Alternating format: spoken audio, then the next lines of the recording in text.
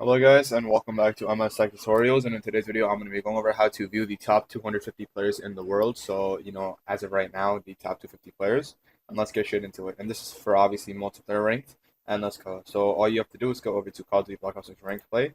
Once you are here, you can go over down to the bottom left where it says top 250. It should be right under challenges and rewards.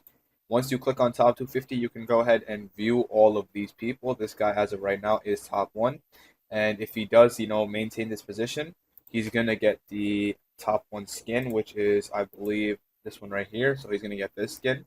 And again, I think this is only available to for one person. So only one person is able to get the skin. And yeah, that should basically be it. That is how to view the top 250 players in the world. You can obviously scroll all the way down, to whatever rank it goes up to. But yeah, that should be it. And yeah, that is it for the video. Thank you guys for watching. Make sure to give the video a thumbs up, subscribe to the channel, and have a great day.